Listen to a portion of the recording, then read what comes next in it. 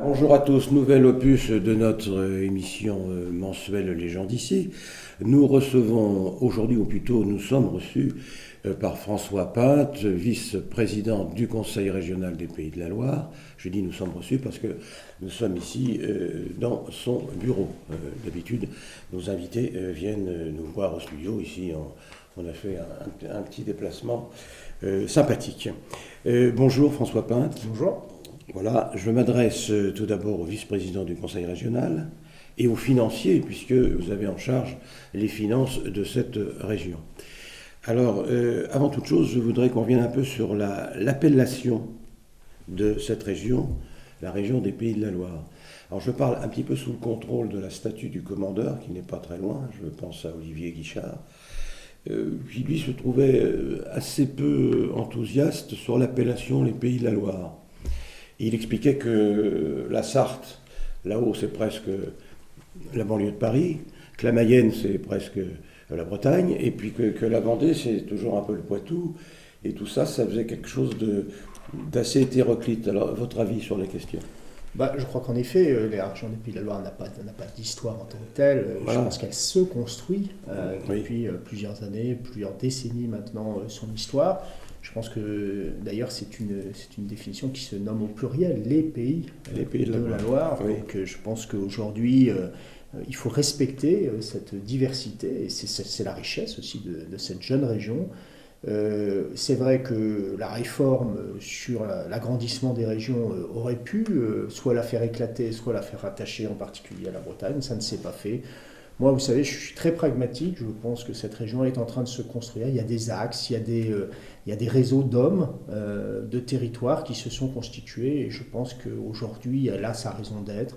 Les personnes qui y vivent ils sont attachés à leur territoire. Oui. Donc voilà, je pense que c'est une région qui a aussi son dynamisme, qui est une région très attractive. Je pense qu'elle commence à se faire son nom. Oui, c'est diversité aussi, parce que c'est pas la même chose quand même. Absolument. On va évidemment du littoral aux régions plus rurales, avec des grandes métropoles qui font aussi sa force. Et c'est cet équilibre entre ces territoires ruraux, ces territoires littoraux et ces grandes métropoles. Un petit point sur l'actualité, et même l'actualité internationale. Depuis quelques heures, on sait maintenant que c'est Donald Trump qui a remporté les élections américaines. Votre avis sur la question ? Écoutez, moi je suis démocrate et je respecte le choix des Américains. Je pense que c'est évidemment un message, qui doit être entendu et respecté. Donc chacun pouvait avoir son avis sur la question, mais je pense qu'on faut toujours prendre des précautions en amont des élections quand on se positionne, en particulier quand ce sont des amis, des pays amis, parce qu'après on peut se retrouver dans une situation délicate. Oui, mais enfin, vous n'êtes pas plus inquiet que ça de l'élection américaine. Écoutez, je pense que la fonction doit créer l'homme d'État. J'espère que Donald Trump prendra la mesure, évidemment, et je n'en doute pas, je pense qu'il prendra la mesure de ses responsabilités. La fonction crée l'organe, comme dirait l'autre. C'est un peu ça. Revenons un petit peu maintenant à la région des Pays de la Loire. Je m'adresse aux financiers. C'est important quand même les finances pour les régions de Pays de la Loire. Est-ce que la région a commencé les économies qu'elle avait prévu de faire il y a un an, après l'élection de 2015 ? On peut peut-être rappeler que vous, quand je dis vous, c'est la région, mais par votre voix, puisque vous êtes le responsable des finances, vous avez baissé les indemnités. On peut revenir là-dessus. Oui, ça a été, je pense, un geste nécessaire, parce que et symbolique bien sûr, mais quand on demande à tous nos partenaires de devoir faire des économies, je pense que c'est important que les élus montrent l'exemple. On a fait une baisse de 8% des indemnités d'élus, et je pense que c'est le signe d'une volonté finalement que l'argent et les économies qu'on va faire soient toujours des économies qui soient comprises. La situation, vous la connaissez, on en a parlé, la gauche nous a laissé une dette cachée de près de 500 millions d'euros, c'est-à-dire que c'était des dépenses qui étaient prévues mais qui n'étaient pas engagées dans le budget. Aujourd'hui, on s'applique à faire une transparence financière avec la mise en place d'un règlement financier qu'on mettra en place en 2017. On va avoir une certification, on l'a obtenue, on sera la seule région de France avec la Cour des comptes. Ça va être la première région de France qui va avoir ses comptes certifiés, ce qui va nous demander aussi beaucoup de travail. Ce qu'on veut, c'est être vraiment dans la transparence et dans l'orthodoxie budgétaire publique pour qu'on soit irréprochable. La gauche faisait un peu, il faut le dire, n'importe quoi. Aujourd'hui, on remet de l'ordre dans tout ça, mais la vérité, c'est qu'on a des marges de manœuvre beaucoup moins importantes parce que la gauche nous a laissé, encore une fois, une dette très importante. Et donc aujourd'hui, il faut qu'on retrouve une voilure qui soit une voilure qui ne mette pas la région dans le mur. Aujourd'hui, si on ne faisait rien, la vérité, c'est qu'on arrivait à 14 années de désendettement. Alors, c'est un mot un nom qui n'est pas forcément bien compris du grand public, mais ça veut dire quoi? Ça veut dire qu'à 14 années, on est dans une zone plus que rouge qui fait que l'État pourrait reprendre la main dans la gestion de la région et de la mettre sous tutelle. Voilà, c'est ça la réalité. Donc ça nous oblige à faire des économies, ça nous oblige aussi à faire des choix. Et le budget 2017 qu'on est en train de préparer, qu'on a voulu avancer et qu'on votera en décembre, eh bien, permettra d'annoncer ces choix avec donc une stratégie financière responsable. Alors, est-ce que du côté des élus de cette région, la mesure a été bien comprise, parce qu'on a un petit peu accusé, le mot est fort, cette mesure de démagogie, quoi.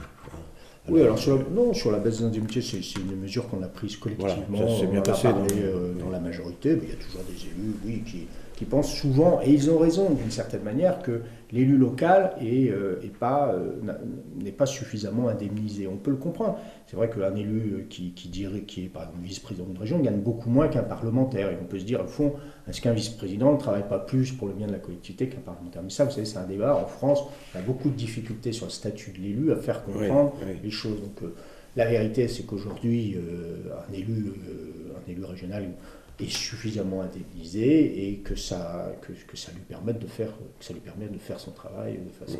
On peut peut-être aussi baisser les indemnités des parlementaires pour le mettre au même niveau, comme ça. Certains candidats aux primaires, vous le savez, proposent de diminuer au moins le nombre de parlementaires, parce qu'effectivement, il y a sans doute trop de parlementaires aujourd'hui. Bon. Oui, toujours une question financière de la région. Vous avez dit, juste après l'élection de l'année dernière, que le premier effort irait en faveur de l'emploi. Oui. Alors, si on peut avoir quelques explications complémentaires. Absolument, très concrètement, de toute façon, notre axe de programme, nos axes budgétaires seront tournés vers l'emploi, parce qu'au fond, c'est une des premières responsabilités de la région, c'est de permettre la bonne formation de nos jeunes, mais pas simplement de nos jeunes, de ceux qui se retrouvent à un moment donné dans leur parcours professionnel en situation de pouvoir bénéficier d'une formation. Donc on met le paquet sur la formation, avec un axe, vous savez, qu'on a souhaité développer sur l'apprentissage. L'apprentissage, tout le monde le dit, il y a 3 fois plus de jeunes en apprentissage en Allemagne, et il y a 3 fois moins de chômage des jeunes en Allemagne qu'en France. On sait que c'est la voie royale pour un emploi derrière. Et donc on a fait un plan de l'apprentissage et on a des premiers résultats positifs sur ce plan, puisqu'à la rentrée 2016, on a déjà plus de 1000 apprentis dans cette région que l'année précédente. Donc ça veut dire que tout ce que l'on a mis en place depuis notre arrivée, depuis 10 mois, commence à porter ses fruits. L'apprentissage, c'est-à-dire qu'on a réussi à inverser la courbe, redonner une dynamique positive à l'apprentissage. Il y a tout ce qu'on a mis en place pour les formations courtes. C'est un nouveau dispositif qui est complémentaire, qui n'est pas exclusif évidemment, mais ça permet à des chefs d'entreprise qui ont besoin très vite d'un salarié, mais qu'il doit former, qui n'a pas le temps de former ou qui n'a pas les moyens de former, de l'aider, et lui prend un engagement, le chef d'entreprise, d'engager au moins la personne pendant au moins 6 mois. Voilà. Eh bien, nous lui finançons cette formation, et c'est déjà aussi les premiers Ligériens qui bénéficient de ces formations et qui ont l'assurance d'avoir un emploi derrière, parce que c'est ciblé sur un emploi. Voilà. C'est des mesures concrètes. qu'on est en train de mettre en place. Vous savez qu'on est en train aussi de faire un schéma régional économique qui sera présenté aussi à la fin de l'année. Donc il y a aujourd'hui des rencontres qui se font dans chaque département pour mieux connaître les attentes des chefs d'entreprise sur l'acteur économique que représente la région. Donc c'est du concret, c'est du pragmatisme au service de l'emploi et au service donc des Ligériens, parce que finalement la première préoccupation, si je mets à côté la sécurité évidemment qui touche tout le monde aujourd'hui, c'est l'emploi, c'est que nos enfants trouvent de l'emploi demain, donc des formations les plus pertinentes possibles, celles qui se transforment le plus vers l'emploi, et puis des entreprises qui trouvent l'outil régional pour leur développement, que ce soit dans la progression des marchés nationaux ou à l'international, avec ce qu'on est en train de mettre en place dans notre réorientation de la politique internationale. Oui, on vous a bien entendu là-dessus, François Pinte. Bon, à la prochaine session, c'est-à-dire au mois de décembre, là, c'est imminent. Vous serez donc en mesure déjà d'annoncer quelques résultats ou quelques pistes qui sont largement fréquentées dans ce domaine, dans cette voie-là. Ça sera donc... Tout à fait. Je citais les cibles de l'apprentissage. Voilà. C'est déjà des premiers résultats que l'on pourra annoncer. Tout à fait. Bon. On parlait, vous avez fait allusion à la sécurité, c'est un sujet qui concerne de plus en plus les citoyens, non seulement de Nantes, mais aussi de la région, car la sécurité, maintenant, j'allais dire, migre aussi vers les milieux ruraux. Avant, on était plus ou moins épargnés, si je puis dire. Or, maintenant, ça n'est même pas sûr. Est-ce que la région a un projet, un plan, en ce qui concerne la protection des citoyens et des citoyennes de cette région? Alors, on n'est pas dans les domaines de compétences de la région, parce que la sécurité, on est vraiment sur le régalien, donc c'est à l'État, en principe, d'assurer évidemment cette sécurité des citoyens. Oui, enfin, l'État Pour autant, dans les domaines où on a, nous, une compétence, en particulier les lycées, on a débloqué une ligne pour sécuriser des lycées dont l'accès, par exemple, était trop facile ou trop pour des personnes qui voudraient s'y introduire. Donc on a ouvert une ligne budgétaire et plusieurs millions sont en train d'être utilisés par les proviseurs. On fait des dossiers d'ouverture pour faire les installations nécessaires. Bien. Actualité nationale. Alors, vous n'êtes pas sans ignorer qu'on remet encore en cause à Notre-Dame-des-Landes une probable, possible, hypothétique annulation des arrêtés et par conséquent du retard au moins des commencements des travaux de Notre-Dame-des-Landes. Est-ce qu'on va sortir un jour de ce feuilleton et dans quel sens si on en sort ? Écoutez, évidemment, je souhaite, comme tous les Français, je pense aujourd'hui, et en particulier les habitants de Loire-Atlantique, que l'on sorte et que le choix des électeurs, les choix des habitants, je vous rappelle quand même plus de 55% avec une très forte participation de cette consultation, puisse permettre l'aboutissement. Oui, vous faites allusion au pseudo, je dis pseudo, excusez-moi, un référendum, ce qui n'était pas un référendum légal, enfin, je veux dire, il n'était pas illégal non plus. Oui, je pense que officiel. Voilà, pas officiel, je pense que personne ne conteste le poids de cette consultation, appelons-la consultation. Mais puisque voilà, ça a été fait dans les règles de l'art, la sincérité du scrutin n'a pas été engagée, contestée, donc ce scrutin a quand même permis de dégager une majorité d'habitants qui se soutenaient ce projet, ce qui était important parce que ça lui donne une force. Oui. Ensuite, sur la partie procédure, écoutez, il y a une décision de justice qui tombera et moi je la respecterai. Il est clair aujourd'hui qu'il faut de toute façon aller au bout de cette procédure. Donc il y a une décision de justice qui tombera, et bien nous l'attendons et nous espérons qu'elle sera évidemment favorable pour ceux qui soutiennent ce projet. Ensuite, il y a l'autre volet que je rappelle toujours, c'est quand même cette zone de non-droit, et quelle que soit cette décision, je ne vois pas ce qui empêche l'évacuation de cette zone de non-droit. Oui, j'allais vous interroger là-dessus, vous me précédez, c'est très bien. C'est normal, puisqu'une décision est prise, il faut bien l'appliquer, quelle que soit son opinion par ailleurs sur l'utilité ou non de cet aérodrome. Bon, alors on ne sait pas si on verra encore des avions bientôt ou plus tard. On va attendre la réponse de la justice là-dessus. Maintenant, François Pinte, en dehors de vos occupations importantes à la région, vous êtes aussi un homme politique, tout le monde le sait, et vous représentez le Parti des Républicains en Loire-Atlantique, et même un peu plus loin. Il y a des primaires bientôt. des primaires de la droite et du centre, c'est comme ça que ça s'appelle. Absolument. Mais tout le monde peut voter à cette échéance. Il suffit de... Non, c'est un petit peu drôle, je pose la question, ou curieux pour le moins. Imaginez un militant socialiste, communiste, très bien, qui veuille participer aux primaires de la droite et du centre. Il en a tout à fait la possibilité. On est bien d'accord, à condition de signer... Voilà, à condition de signer une charte quand même d'adhésion aux valeurs de la droite et du centre. Alors bien sûr, peut-être que certains militants socialistes viendront s'amuser et voteront sans état d'âme. Pardonnez-moi, c'est curieux tout de même qu'un militant qui soit de gauche, c'est bien son droit, signe un papier en disant « je suis d'accord avec les valeurs de la droite et du centre ». Je sais pas.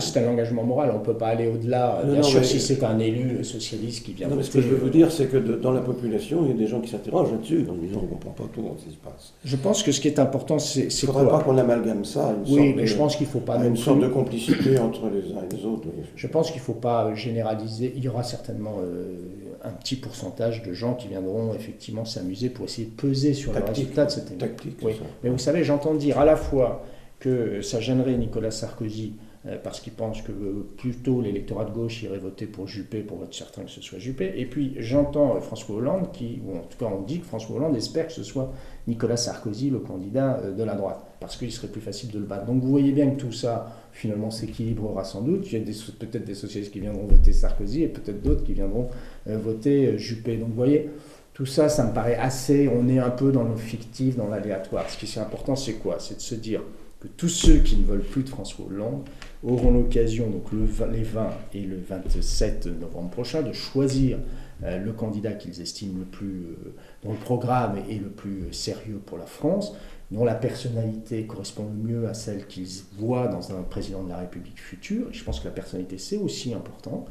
Et au fond, après, c'est quand même un des choix qui... D'abord, c'est la modernité, je pense, de la droite aujourd'hui, de pouvoir organiser dans des bonnes conditions ses primaires, et donc finalement de choisir celui qui a toutes les chances d'être le futur président de la République.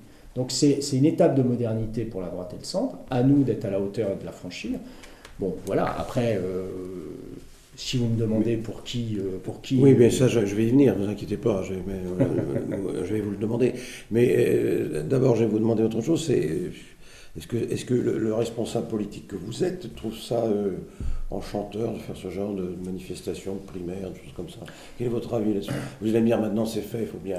Non, mais encore une fois, je pense que c'est une étape de modernité. On aurait eu Vous pensez que c'est moderne? Bon. Oui, je pense que c'est une vraie étape de modernité qu'il nous faut réussir. On aurait un président sortant, s'il était candidat, la question ne se poserait pas. On aurait un chef naturel. Mais le risque, pourquoi on a fait ces primaires, vous le savez bien, c'est parce qu'on avait un risque de ne pas être qualifié au second tour de l'élection présidentielle. Donc ce risque, il existe pour la droite républicaine comme pour la gauche républicaine. Ouais. Si on va organiser ces primaires, c'est pour limiter au maximum ce risque, en espérant que dans la débâcle dans laquelle est la gauche aujourd'hui, il y ait une division plus importante que celle-là. Donc voilà, le choix, c'est un choix responsable d'organisation. Encore une fois, s'il y avait eu un candidat naturel, un candidat dont l'autorité permettait un rassemblement certain, elle n'aurait pas été nécessaire. Je ne dis pas que c'est quelque chose qu'il faut renouveler à chaque fois. Je dis qu'en fonction des circonstances, elles ont le mérite d'exister, et je pense qu'elles sont en train de se préparer. Donc plutôt des bonnes conditions. J'ai trouvé que les débats étaient plutôt, ne dérapaient pas, les choses étaient dites, il y a des différences entre les candidats, qu'on perçoit bien maintenant, et je pense que c'est ça l'intérêt aussi, et que chacun, à la fois, puisse peser où sont ses convictions, où est le programme, où est le calendrier du programme, et la personnalité. Et tout ça en essayant d'avoir un vote qui soit un vote utile quand même dès le premier tour, c'est ma conviction. Je pense qu'il y a un peu trop de candidats, je pense que 7 c'est beaucoup, et je pense qu'on en aurait eu 4 ou 5 maximum, ça aurait été sûr. Enfin c'est comme ça, et je pense qu'il faut que chaque électeur ensuite se mette tout ça sur la table et fasse son choix pour que son vote quand même soit utile dès le premier tour. Voilà. Et alors votre choix? Eh bien, pour être utile au premier tour, je pense que le vote le plus utile, c'est celui de François Fillon, qui à mon avis synthétise l'autorité, le courage et les valeurs et les convictions. Et je pense qu'il rassemble au travers de son discours aujourd'hui, et d'ailleurs cette fin de campagne le montre, il suscite un intérêt nouveau. Je pense que beaucoup de nos concitoyens ont compris que maintenant, ils rentraient dans les candidats qui pouvaient gagner. Beaucoup de gens se positionnent en faisant un choix qui était un peu imposé par les sondages ou par les médias, de dire au fond, il y en a que deux qui peuvent gagner, c'est Sarkozy et Juppé. On est en train de voir qu'il y a un troisième candidat qui pourrait gagner, et je pense que ça crée un effet de levier maintenant supplémentaire dans les voix que François Fillon peut rassembler, parce qu'évidemment, s'il peut être qualifié au second tour, et tout le montre aujourd'hui, quand je vois les salles qui sont pleines et qui, j'espère, le seront encore à Mouilleron-le-Captif. Oui, vous savez, les salles pleines, c'est pas forcément... Oui, c'est un très bon signe. Quand vous pensez que c'est une indication. C'est un très bon sondage de terrain. Il y a plus de monde sur un terrain de foot. Je peux vous dire que j'ai fait, par exemple, les régionales en 2004, et je les ai faites en 2016-15 avec Bruno Retailleau, et on a vu des salles bien plus pleines avec Bruno Retailleau. Oui. Et donc, c'était un signe intéressant de voir que le public venait, qu'il y avait une attente. Voilà. Donc je pense que François Fillon aujourd'hui suscite cet intérêt. Beaucoup de gens maintenant ont compris qu'il était peut-être cette synthèse entre les différents candidats, qu'il avait l'autorité pour être un bon président de la République. Je crois qu'il y a aussi une réconciliation avec la fonction de président de la République, et au fond, on veut donner, peut-être aujourd'hui, de plus en plus de Français veulent donner cette fonction à un homme qui, par son intégrité, par le fait de ne pas être dans des postures démagogiques aussi, et ça c'est très ressorti dans les derniers débats, quand on parlait de création de postes supplémentaires, même sur des postes comme les policiers, il avait le courage de dire que ça ne serait pas forcément possible surtout. Et je pense que ce discours de vérité, il commence à plaire, parce que les gens en ont marre de la démagogie, de toujours plus. Voilà, quand on parle vrai aux Français, quand on leur dit des choses, même si ce n'est pas agréable à dire, ils ont peut-être plus de reconnaissance et plus d'estime pour cet homme politique-là que pour un autre. Eh bien, on verra ça à l'occasion des primaires qui vont se dérouler bientôt maintenant. Pinte, un grand projet pour la région. J'imagine quel est votre... ce que vous souhaiteriez d'une façon idéale pour la région des Pays de la Loire. Je pense que c'est une région qui trouve vraiment une proximité avec les citoyens, c'est-à-dire que les gens... qu'on ait une région lisible, voilà, que ce ne soit pas une région qui est dispersée sur 1000 activités, mais qu'on se concentre finalement sur nos compétences, et que ces compétences, elles nous permettent de faire progresser cette région. C'est une région qui a une attractivité, vous le savez, il y a une démographie très importante dans cette région, c'est une région vivante. Eh bien, il faut accompagner ce développement de cette région en étant au plus proche de ceux qui créent des richesses, c'est-à-dire les entreprises, ne l'oublions jamais, c'est l'entreprise qui crée les richesses, c'est l'entreprise qui crée les emplois, et donc qui donne le cadre à un épanouissement personnel de chaque individu. Voilà. On va terminer sur l'international, si vous voulez bien. Le Brexit, vous savez, l'Angleterre est partie de cette Union européenne. Votre opinion là-dessus? On avait prévu une catastrophe économique, financière. En tout cas, ce qui est certain, c'est qu'il y a une vraie défiance vis-à-vis de l'Europe. Oui. Et nous avons présenté à la dernière session un plan stratégique sur l'Europe, c'est-à-dire quoi? C'est comment finalement rendre cette région, l'Europe, utile à notre région. Et donc on a mis en place un certain nombre de mesures. C'est quoi? C'est finalement montrer l'utilité, que ce soit pour nos agriculteurs, que ce soit pour nos chefs d'entreprise, pour nos chercheurs. Il y a des aides européennes qu'il faut absolument ramener en région pour que, très concrètement, le citoyen en voit les bénéfices. Vous savez, ça a été une autre surprise quand on est arrivé dans cette région. On pensait que beaucoup était fait en matière d'organisation pour capter ces fonds européens, sur l'antenne de Bruxelles aussi. On s'est aperçu que tout ça c'était un peu amateur, et une des premières mesures qu'on a décidé, c'est d'avoir un nouveau directeur Europe ici, pour capter ces fonds européens, qui va avoir un staff à ses côtés, de professionnaliser finalement toute cette ingénierie européenne, d'aider les porteurs de projets, parce que finalement beaucoup de porteurs de projets étaient éligibles à des dossiers européens, et ils n'en ont pas bénéficié parce qu'ils n'étaient pas accompagnés par la région. Voilà. C'est tout ce travail qu'on est en train de mettre en place, parce que finalement l'Europe, elle se construit aussi, je pense, avant tout par la démonstration de son utilité sur le terrain, en proximité. Et c'est ce qu'on va essayer de mettre en place pendant tout ce mandat, et bien sûr pour la suite, et là on aura notre responsabilité, on a une responsabilité, et c'est à nous de permettre que cette responsabilité soit réussie sur cette vision de l'Europe au quotidien en Pays de la Loire. Merci François Pinte de nous avoir reçus ici à la région. Vous lisez quelque chose en ce moment? Alors, vous n'avez pas le temps peut-être? Je lis beaucoup de journaux. Une belle lecture aujourd'hui. Écoutez, je suis en train, je dois aussi vous l'avouer, vous allez dire je fais un peu encore de la politique, mais je suis dans le dernier livre de François Fillon, précisément sur l'identité française. Donc j'invite tous ceux qui ne l'ont pas lu à le lire. Oui, écoutez, j'espère qu'il vous entendra, mais en tout cas, je suis sûr qu'il vous écoute déjà. Voilà. Merci François Pinte. Merci. Rendez-vous le mois prochain pour un nouveau numéro de Les gens d'ici.